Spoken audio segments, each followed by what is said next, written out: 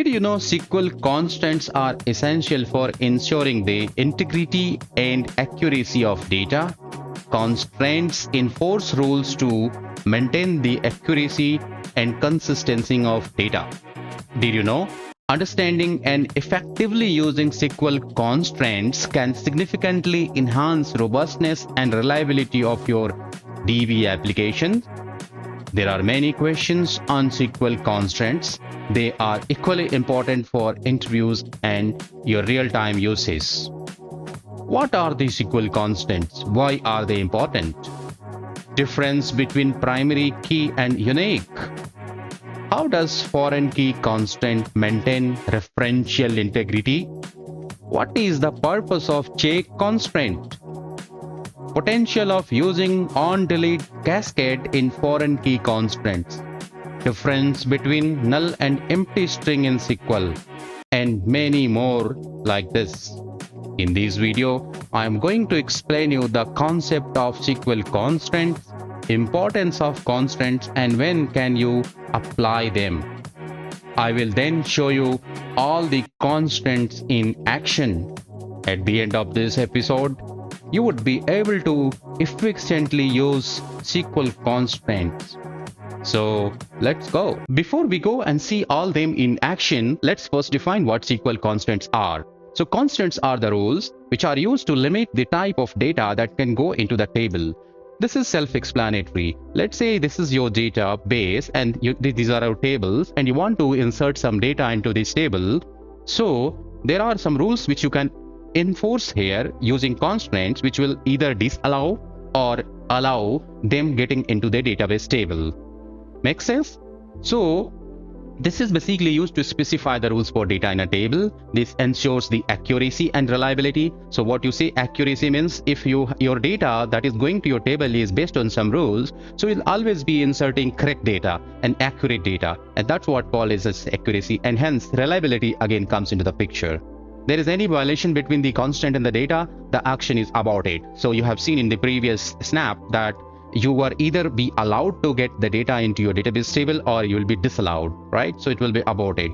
So constraints on the SQL constraints can be created over table or over the fields, and they can be created either while creating the table or by altering the table after table creation. So doesn't mean that while creating the table only you would be able to enforce the constraints. Once you have even created the table, later on also you can create the constraint over the tables by altering it. Make sense? So couple of constraints in the picture are not null is the one which allows your column not to be taking any null values. We have unique, which will ensure that all values in the column are different and unique. We have primary key, which is the combination of not null and unique. So if you are not going to apply these two, you can actually have simple constraint called primary key, which will enforce not null and unique both.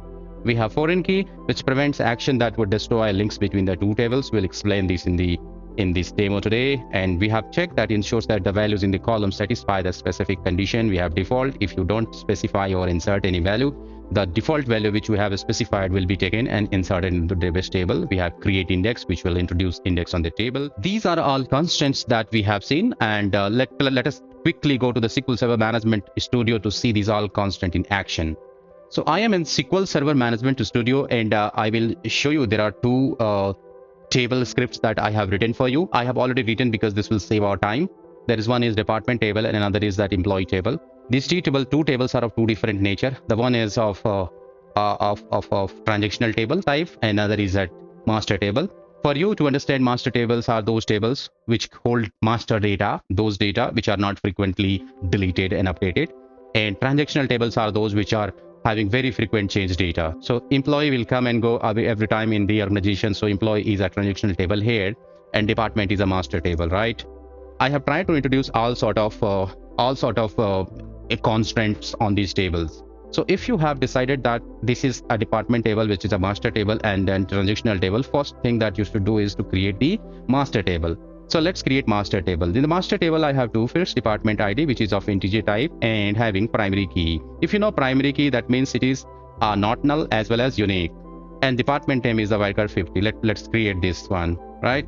Let's create this. We have created this table has got created, and now we will insert these 4 records into this. If by chance, if you have wrongly, you will try to insert any other record, which is, let's say I have inserted the first record, and now I am again going to insert the second record with 1001. So it should refuse me. It should refuse that PK department cannot insert duplicate record in the object department, and duplicate is 1001. Even it has told that, right? So we should not, it will not allow because it is primary key. So let's insert the second one, and likewise third and fourth one. So my department table has already got these values. So let's select department table to see the values. Say see 1000 HR, 1002 IT, 1003 admin, and 1004 sales, right?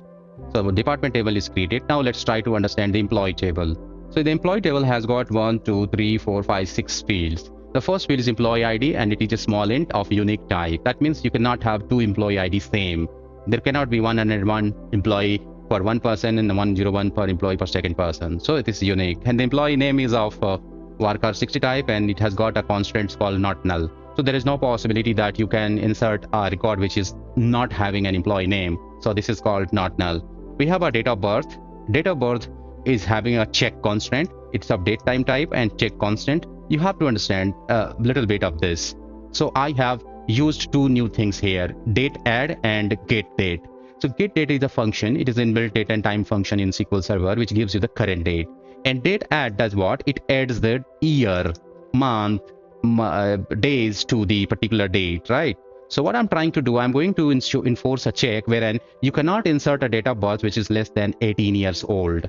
So let's say you are going to insert a record of date of birth having 2020, which is just 4-year-old, so it will not allow. That's where I have get checked. So I'm telling my date of birth should be always less than, always before 18 years. So any date that you want to enter should be before 18 years before, or more than, even less than that, right? More than that, you can say 19 years, 20 years, like that. So that's where you can introduce one check. So there are two new things I think I have already explained, and you are not well aware of these, right? Get date will current date, and it will add the year. So this is the way that you can introduce a check here, right? I cannot write a fixed date here because then this script will, let's say year changes, then it will not be a fixed date. So I'm always getting a current date, and I'm taking you back to 18 years, right? Now I'm going for the enter in the sex, and in sex I'm putting a check where it could be either male or female or undefined. So if you are entering anything else and other than male, female, or undefined, so it will not accept. That's where the check is. And here is an important thing, that's department ID. Department ID is a foreign key. It is having default 1001. Let's say if you have not entered any department ID, so it will by default will take 1001. Make sense? And the foreign key, it is there. This foreign key is a relation between this table and the other table. So it is saying that this is a foreign key of on department ID to the table department of, and it is having a reference of department table and having department ID, right? So primary key of department table is acting as a primary key in department table, but the same department ID in employee is acting as a foreign key. So this is how we can relate two tables by foreign key concept, right? And date created is the one when the record got created, and it has also got default value called get date. So if you have entered any date, so it will take that date, otherwise it will take the current date.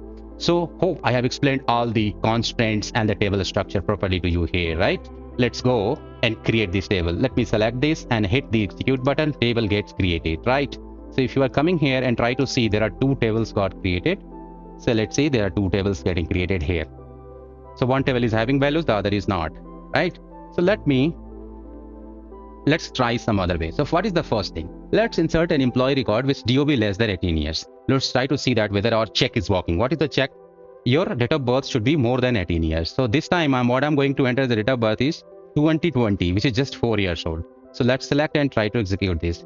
Oh, this is an error. It says that insert statement conflict with check CK employee DOB. The conflict occurred in database master table DBO employee column DOB. So it is not accepting. Got it? So you have seen that the check is working here.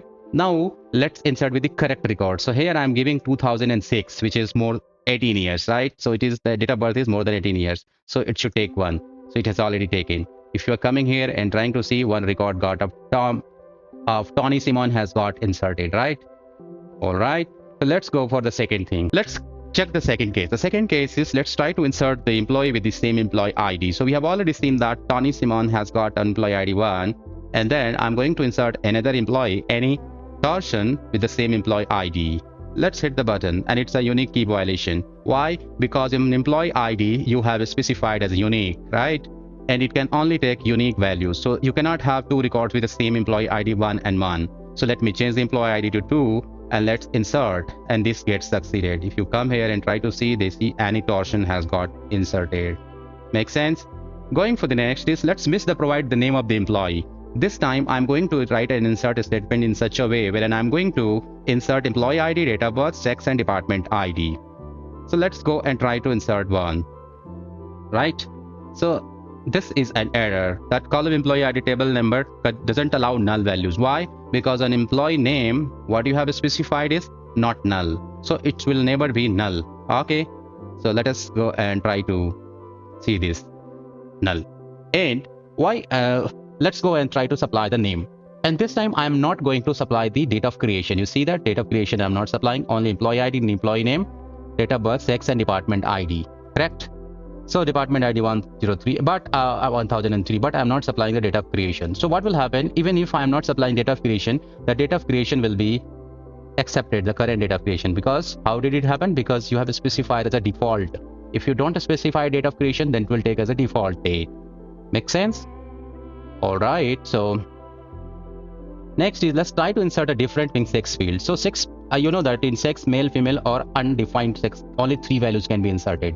This time I'm going to insert a misspelled value, MELE, MALE instead of MALE, MELE, and let's try to insert it. It should refuse. So it refused. It says that the conflict occurred in database master table DBO employee column sex. So this is not possible. So you cannot insert anything apart from these 3 things. So male, female, or undefined. So you can only insert either of these 3 things. So you are seeing that the rule-based constraints are playing great role here, right? So let's insert correct value. So I'm inserting another value and it gets inserted. Go and check the tables. There a Monsi track has been inserted here, right? Now let's go next. Let's miss the department ID. So this time I'm not supplying the department ID and even date of creation. And let's see if it works. I'm going to insert the record of Nina John. And then I'm going to, this time I'm not going to supply department ID, correct? So it gets inserted. Nina John's record has got inserted and department ID has 1001. How did it come? Because you have already specified that if somebody doesn't specify department ID, default is 1001. Make sense? Perfect. So this way you have seen that all constraints are in place. The one thing that I wanted to discuss with you was altering a constraint.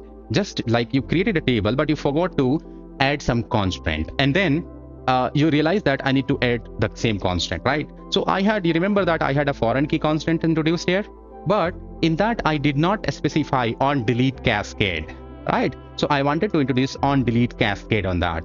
Make sense? So let's go, and this way what I can do, alter table employee, add constraints, and the constraint name, foreign key, everything is same. Like see, this is foreign key, like the foreign key F references, but at these we wanted to add one more thing, is that on delete cascade. So this way you can do this. Let's hit the button and this got created. Now you also can see the magic of on delete cascade. So let me go and show it that all tables are full. I have 5 records in employee table and this is a master table. What happens, there is a circulation coming in the company, and what happens, they are going to delete admin department at all, right? So if I'm going to delete admin department from here. So admin department is no more going to exist. So what will happen if on delete cascade is in place? So if you delete master table admin, so all the records which are belonging to admin will be deleted from this transaction table as well, right? How many records belonging? This is Monsi Johnson's record, so it should get deleted. So let's go and see this in action. So what I'm trying to do is, let me delete one thing. So I'm telling delete from department where department ID equals, what was that? 1003. So 1003. So let's delete it.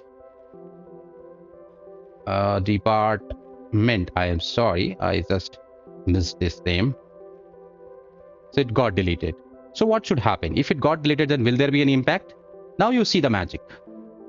The transaction table also has got that all those records belonging to admin department have got deleted, and that's the magic of on delete cascade, right? You see, this was the initial records.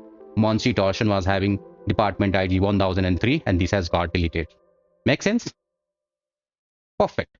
So I hope that all the constraints that I have discussed with you are pretty much clear. You are now going to create the table. When you are going to design the database and create tables, you should be able to introduce these all constraints in order to maintain the consistency and reliability of your database table. See you in the next episode. Bye-bye. Subscribe for more updates. Comment or write us at mailtocodewithabby@gmail.com. Thanks for watching.